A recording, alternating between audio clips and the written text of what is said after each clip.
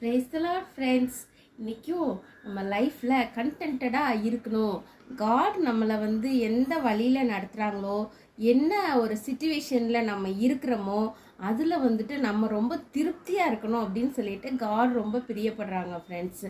1 தீமோத்தேயு 6வது அதிகாரம் 6வது வசனம், போதும் என்கிற மனதுடனே கூடிய தேவ பக்தியே மிகுந்த ஆதாயம். ஆமாம் ஃப்ரெண்ட்ஸ், நம்மளுக்கு இருக்கிறது, நம்ம கடவுள் நம்மளுக்கு ஆல்ரெடி என்ன செஞ்சு வச்சுருக்கிறாங்களோ அதில் நம்ம ரொம்ப ஹாப்பியாக இருக்கிறதுக்கு கற்றுக்கணும் ஃப்ரெண்ட்ஸ்.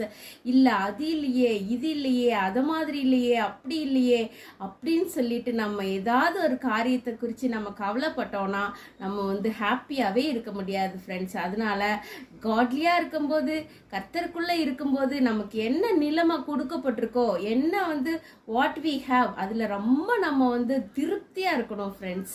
தேங்க்யூ.